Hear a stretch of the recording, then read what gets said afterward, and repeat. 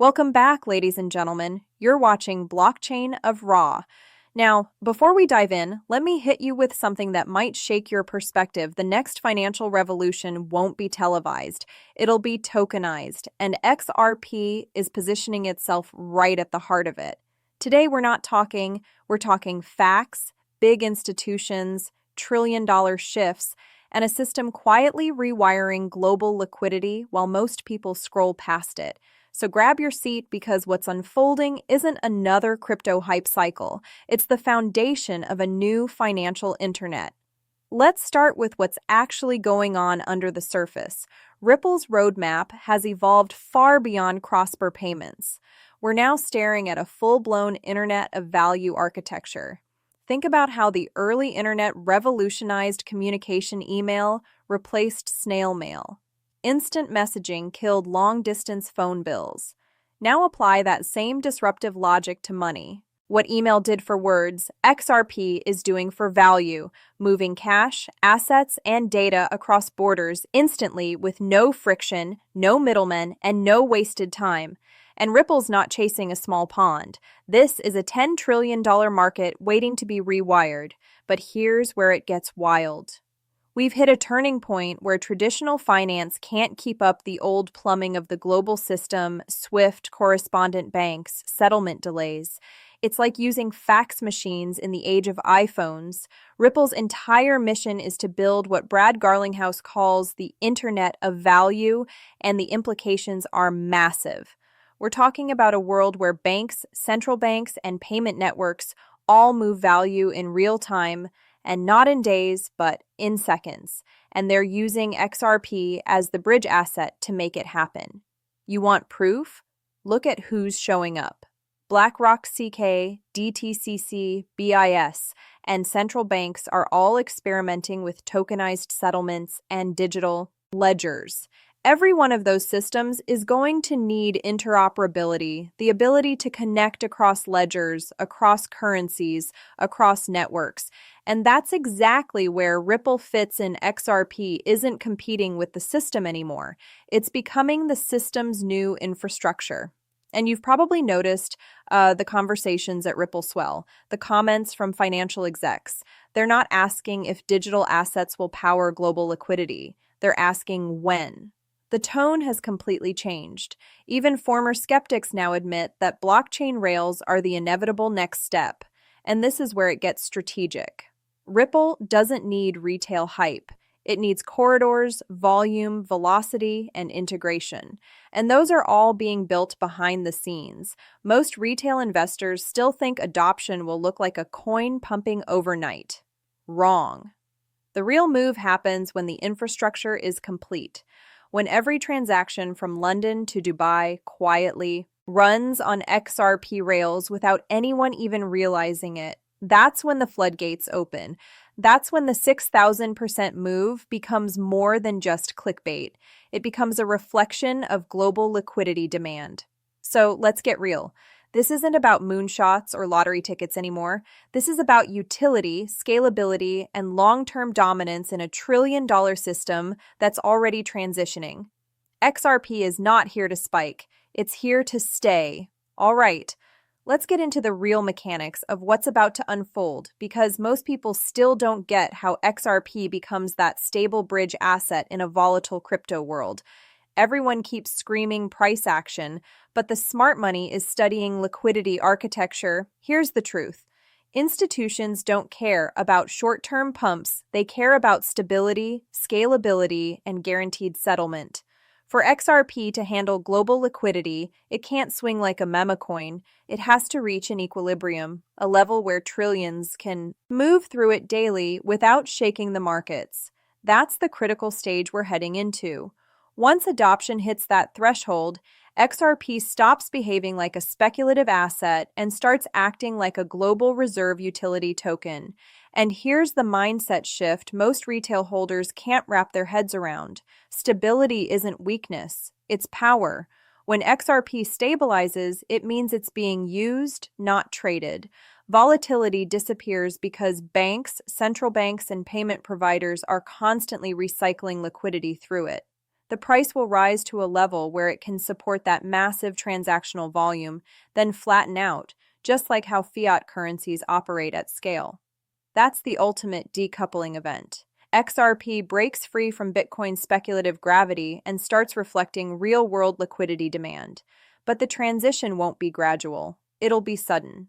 One day, the market wakes up and realizes XRP isn't following Bitcoin anymore. Bitcoin drops 20%, Ethereum bleeds, and XRP it's unmoved. That's the day the world gets it. The day the switch flips from speculation to utility, and those who were paying attention early will already be positioned. You can already see the hints. Ripple's enterprise clients aren't buying XRP to hold or flip, they're integrating it. Liquidity hub, on-demand liquidity, tokenized settlement layers. These aren't crypto products, they're institutional infrastructure. Every corridor Ripple builds from LATAM to the Middle East to Asia Pacific is another highway for XRP liquidity. Now let's talk about what happens next. Once ETFs, ETPs, and structured financial products start forming around XRP, that's when things scale at lightning speed. We'll see derivatives, swaps, and liquidity pools all built around XRP's rails.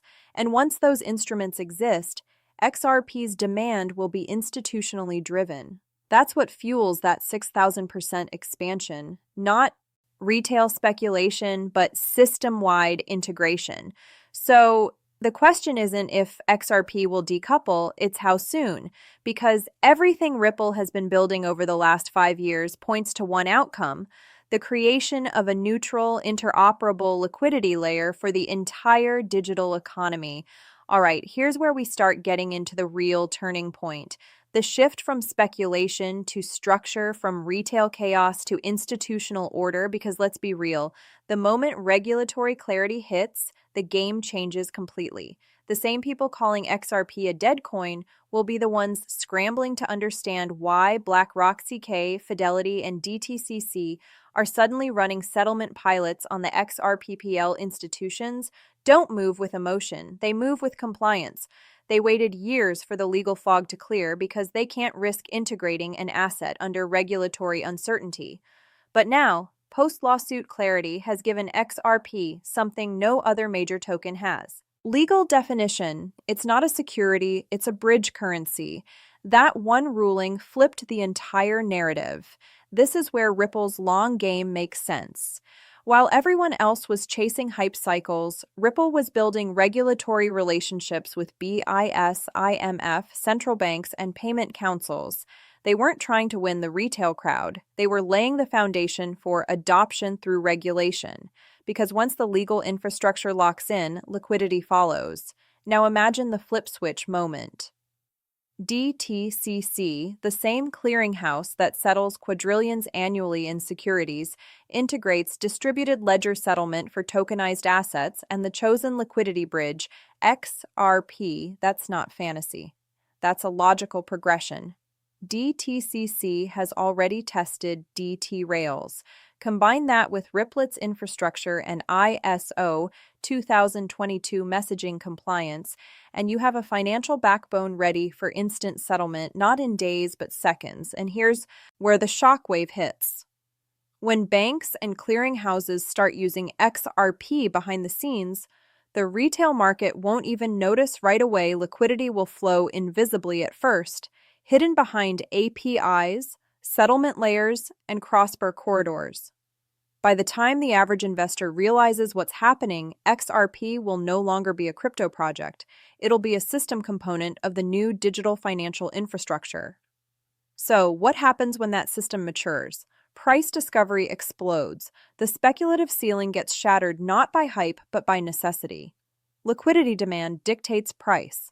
And when trillions start moving through a finite supply of 100 billion XRP, that equilibrium price won't be $1 or $2. It'll be whatever value is required to efficiently settle global liquidity without slippage. That's where the 6,000% projection becomes mathematically plausible. But before that happens, something crucial will occur: a flood of tokenization. Real-world assets like bonds, real estate, and commodities are coming on-chain, and they'll need liquidity bridges. Ethereum can't handle that load. Not fast enough, not cheap enough, not regulatory friendly enough. XRP can. That's the ace in Ripple's hand, and every major institution knows it. Now, here's where things get really interesting because this is the part that separates Ripple from the rest of the pack. While every other blockchain company was obsessing over hype cycles, Ripple was doing something far more strategic, embedding itself into the plumbing of the financial world. Think about it. Partnerships with over 300 institutions, deep ties with banks in Asia, the Middle East, and Latin America, and a payment network that's not trying to replace the system, but upgrade it. Ripple isn't fighting banks, it's powering them. That's the difference between short-term crypto noise and long-term institutional adoption. You've got BlackRock CK talking openly about tokenization as the next trillion-dollar wave. NASDAQ exploring DT for settlement, and DTCC, the backbone of global clearing, testing distributed ledger integration. Guess what technology all of them have quietly referenced or worked with? The same tech Ripple's been building for years. Ripple's entire game plan revolves around interoperability, bridging traditional finance and the blockchain economy. Every partnership, every ISO 2022 compliance upgrade, every liquidity corridor they open, it's designed for one thing: institutional scale adoption. And here's the truth. Ripple isn't betting on retail money. Retail might drive volume, but institutions drive liquidity depth. When a central bank uses XRP for on-demand liquidity, that's not speculative buying. That's systemic usage. It means XRP isn't just being traded, it's being needed. Now, let's put that into perspective. Imagine the scale once tokenized securities, real estate assets, and even sovereign debt start moving through the XRPPL. The total addressable market isn't in the billions anymore. It's in the tens of trillions, and this isn't theory.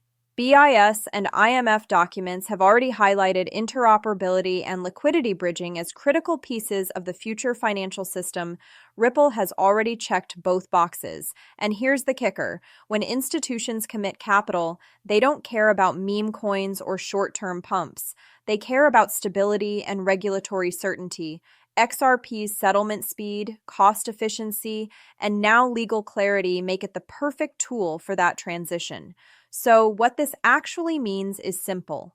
While 99% of crypto is chasing headlines, XRP is quietly positioning itself as the underlying layer of tokenized finance. That's why Ripple isn't reacting to the market. They're building the market. Here's where the macro picture starts coming into focus. Because the moves Ripple's making right now line up perfectly with what global institutions have been telegraphing for years.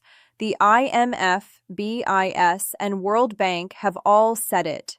The future of money will be tokenized, interoperable, and settlement-based. And that's exactly what Ripple has built. Look at what's happening right now.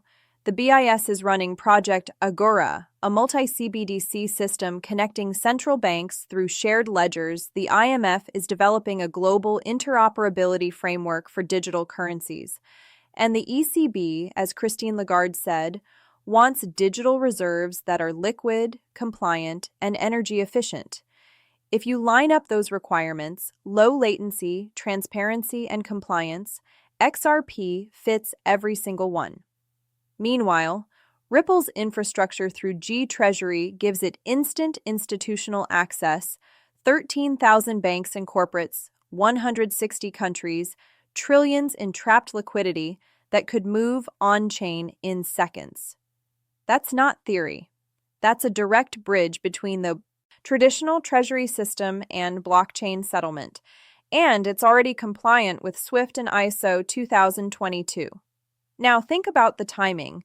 Ripple just integrated G-Treasury MPT is live and subnet scaling is being prepared for rollout. Combine those with the regulatory clarity Ripple gained after the SEC case, and you've got a company that's legally, technically, and strategically ready for adoption at the highest levels of finance. This isn't hype or speculation. It's architecture. Ripple's not talking about replacing banks. They're upgrading the world's financial OS.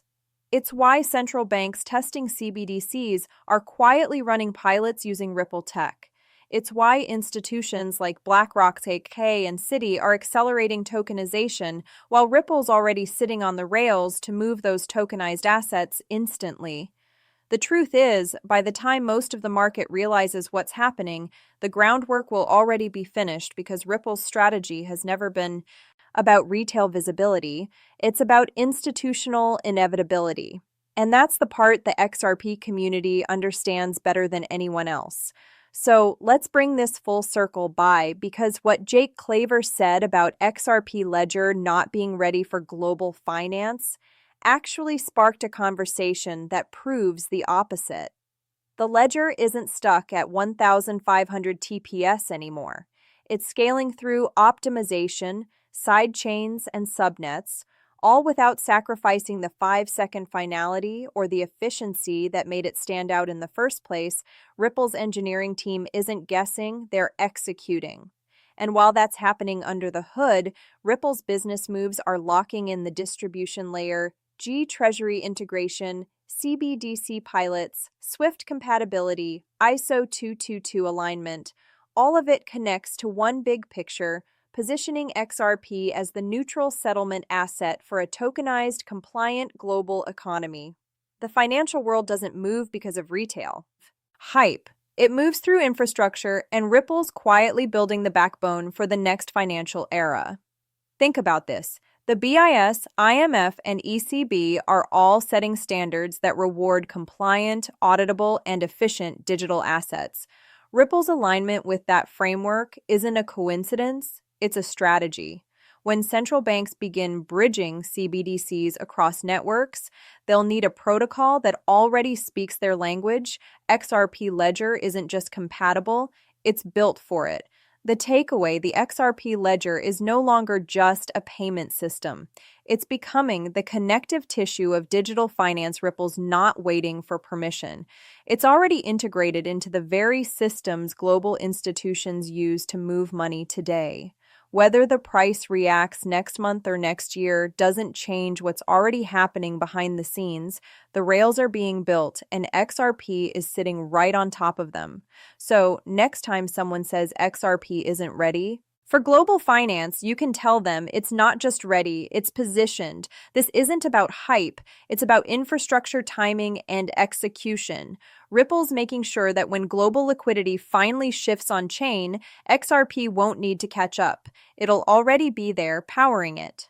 Disclaimer: this video is for formational and educational purposes only. Nothing discussed here constitutes financial advice. Always do your own research before making any investment decisions.